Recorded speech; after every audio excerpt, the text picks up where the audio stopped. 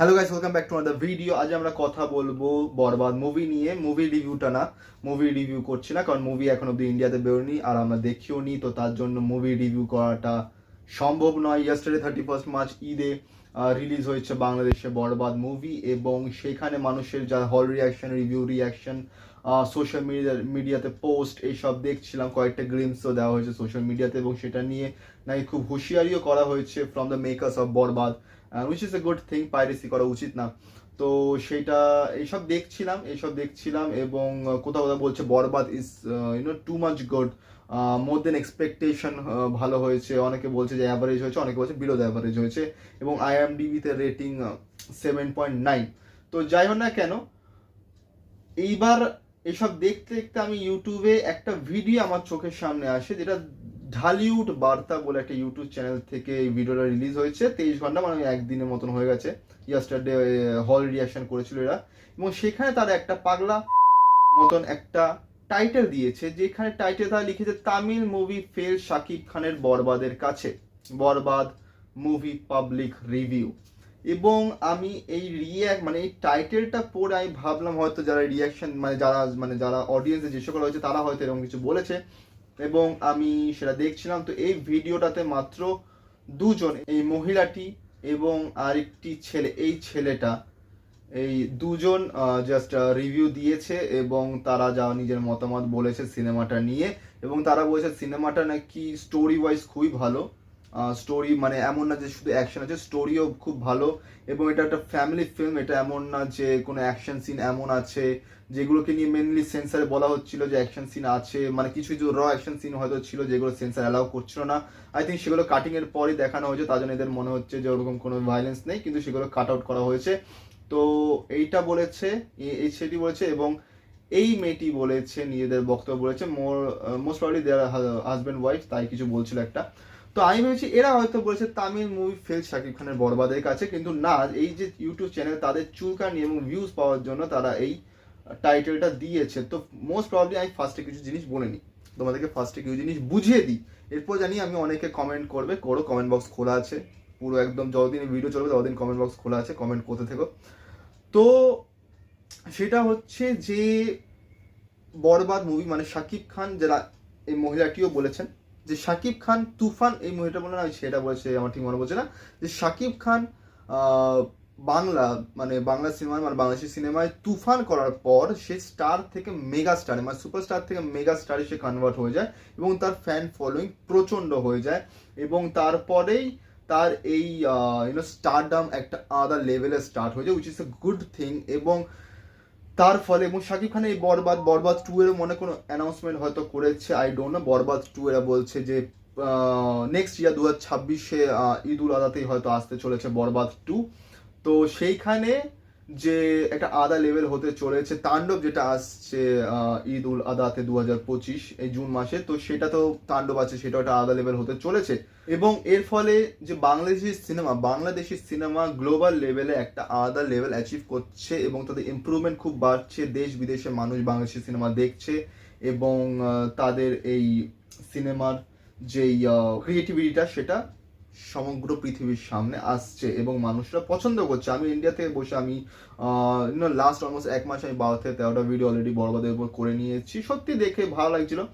And হ্যাঁ, কয়েকটা look, কয়েকটা সিচুয়েশন, মানে টিজার যেটা দেখেছি সেটা অনুযায়ী, সিনেমা তো দেখিনি তার জন্য বলতে পারবো না, তো যেটা লুক করা টিজার অনুযায়ী একটু অ্যানিমেলের কপি মনে হয়েছে। এবং ইয়াস্টারডে যে মায়াবী সংটা, এই যে এখানে শো করছে মায়াবী সং, ইয়াস্টারডে মায়াবী সংটা যে রিলিজ হয়েছে সেটাও রাইজে জালিমা সংটার মতনই পুরোটা গেট আপ, মানে পুরোটা না, সেই পুরোটা বলাটা একটু ভুল হবে, একটু এই যে ব্ল্যাক কালার যেটা ড্রেসটা, এটা পুরোটা জালিমার সেই শাহরুখ খানের ওটার মতন পুরো ইন্সপিরেশন টাইপের নেওয়া হয়েছে, সেটা উইচ ইজ গুড, ঠিক আছে, ইন্সপিরেশন নিতেই পারে। কিন্তু এই যে টাইটেলটা, এই টাইটেলটা কোনো দিক থেকে যথার্থ হতে পারে না, জাস্টিফাই হতে পারে না। এটা তামিল মুভি, এটা সাউথ ইন্ডিয়ান মুভির বাজেট হয় 300, 400, 500 কোটি টাকা। রাজামৌলির যে আপকামিং মুভি আছে মহেশ বাবুর সঙ্গে, সেটার বাজেট হতে চলেছে অলমোস্ট নিয়ার 1000 crore। 1000 কোটি। পুষ্পা 2 প্রিভিয়াস ইয়ার যেটা রিলিজ হয়েছে 500 কোটি টাকা তার বাজেট ছিল, তারা কামিয়েছে 800 কোটি টাকা বক্স অফিস কালেকশন, যেটা বাংলাদেশের গত 10 বছরের মুভির বক্স অফিস কালেকশন মিলালেও তা হয়তো হবে না। তো সেইখানে গিয়ে যখন খাদান রিলিজ হয়েছিল, আমি খাদানের হল রিয়াকশন আমি রিয়াকশন করেছিলাম, এবং সেখানে আমি এটাই বলেছিলাম যে লোকেরা যে বলছে যে পুষ্পা 2 ফেল বা পুষ্পা 2 টিকতে পারবে না খাদানের সামনে, তো পুরোপুরি ভুল। কারণ যত গুড় তত মিষ্টি, যত বেশি টাকা দেওয়া হবে তত বেশি জিনিসটাকে আরও নেক্সট লেভেলে প্রেজেন্ট করা যায় এবং সেটাকে আরও সুন্দরভাবে দেখানো যায়। কিন্তু সেইটার পরও মানুষে এসে তামিল মুভিকে নিয়ে খোঁচাতে যায়, বলিউডকে নিয়ে খোঁচাতে যায়। এই মহিলাটি বলেছেন যে মানে সরি এই মহিলা নেই, এই যে রিপোর্টার যে জিজ্ঞাসা করছে তার চুলকানি অনেক, সে বলছে যে শাকিব খান যদি বলিউডে জন্মাতো, মানে ইন্ডিয়াতে জন্মাতো, বাংলাদেশে না জন্মে ইন্ডিয়াতে যদি জন্মাতো এবং বলিউডে যদি সে কাজ করতো, তাহলে কি সালমান খান শাহরুখ খানকে সে ছাপিয়ে যেত?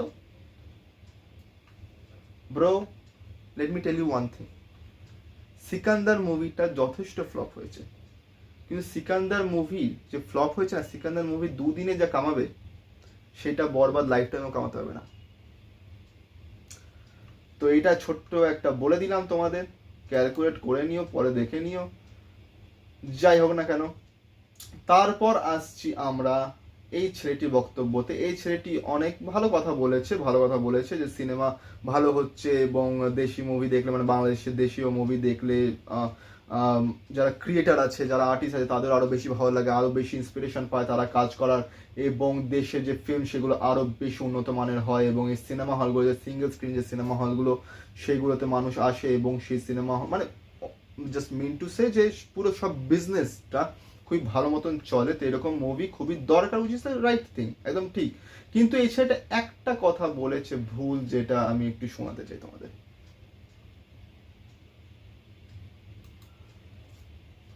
আসছে রায়হান রাফি ভাইয়ের, এবং 2026 সালে তুফান 2 আসবে, এটা রায়হান রাফি ভাই বলেছে।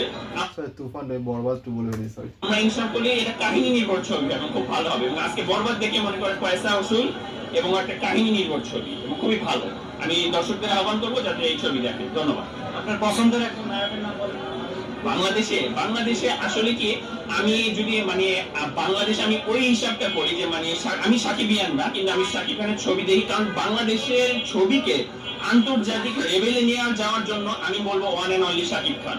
আর কারো এরকম এখন পর্যন্ত এই লেভেলে আসেনি যে বাংলাদেশের মানুষ যারা এই যে মধুমিতা সিনেমা হল বলেন, যে কোনো সিনেমা হলে যারা রুটি রোজগার করে খাচ্ছে এবং ইয়ে করছে শুধুমাত্র সাকিব খানের ছবি দেখে, এবং মাল্টি ন্যাশনাল প্রজেক্টে কলকাতায় বসেও আজকে সাকিব খানের ফ্যান, তাদের দেবজিতের যত না ফ্যান আছে তার চেয়ে বেশি সাকিব খানের ফ্যান। আমরা এগুলো সার্চিং করে রিপোর্ট পেয়েছি। ঠিক আছে, আমি একটা কথা বলবো যে তুমি বালের সার্চ করেছো তুমি কলকাতায় বসে। আমি কলকাতায় বসে আছি, ঠিক আছে, আমি কলকাতায় বসে আমি তোমাকে বলছি তুমি বালের সার্চ করেছো। কলকাতায় দেবজিতের যা ফ্যান ফলোয়িং আছে, কলকাতা, আমি তোমাকে অনেস্টলি বলে দিই একটা জিনিস, কলকাতায় মোর দেন 50% মানুষ জানে না শাকিব খানকে। বুঝেছো? শুনেছো? শোনা, সবাইকে শোনাও, এই ভিডিওটাকে শেয়ার করে শোনাও। সেটা হচ্ছে যে বাংলাদেশের এই কলকাতাতে 50% মানুষ, বা এই পার বাংলাতে 50% মানুষ জানে না শাকিব খানকে। আমরা যারা রিয়াক্ট করি বা কম বয়সী ছেলে মেয়ে যারা সিনেমা নিয়ে একটু চর্চা করি, সিনেমা দেখতে ভালোবাসি, তারা হয়তো জানি যে শাকিব খানকে, এবং শাকিব খান কি সিনেমা করেছে, এই ওই যাই তাই। এই যে বললো দেবজিৎ, এই যে কম্পারিজনটা, এই যে দেখো টাইটেলও কম্পারিজন, তামিল মুভি ফেল, ইন্ডিয়ার সঙ্গে কম্পারিজন, এখানেও দেবজিতের থেকে বেশি ফ্যান ফলোয়িং শাকিব খানের, এখানেও কম্পারিজন। ওয়াই? ইনসিকিউরিটি কাজ করে। আজকে তো আমরা এদিকে বসে কেউ বলি না যে শাকিব খান থেকে দেবজিতের ফ্যান বেশি, আমরা ক্লেম করতে যাই না, কারণ যেটা ঠিক সেটা সবাই জানে, কিন্তু তোমরা ক্লেম করো কজ ইউ নো দ্যাট যে তোমাদের ক্লেম করে দিন কাটাতে হবে, আদারওয়াইজ চলবে না। ইনস্টাগ্রামে যদি তোমাদের ফলোয়ার দেখায়, এখানে দেখে নিও, আমি দেখিয়েছি একটার পর, এখানে তোমরা যদি দেখো তাহলে দেব আর জিতের ফ্যান ফলোয়িং বা followers is much more than your Shakib Khan's fan following.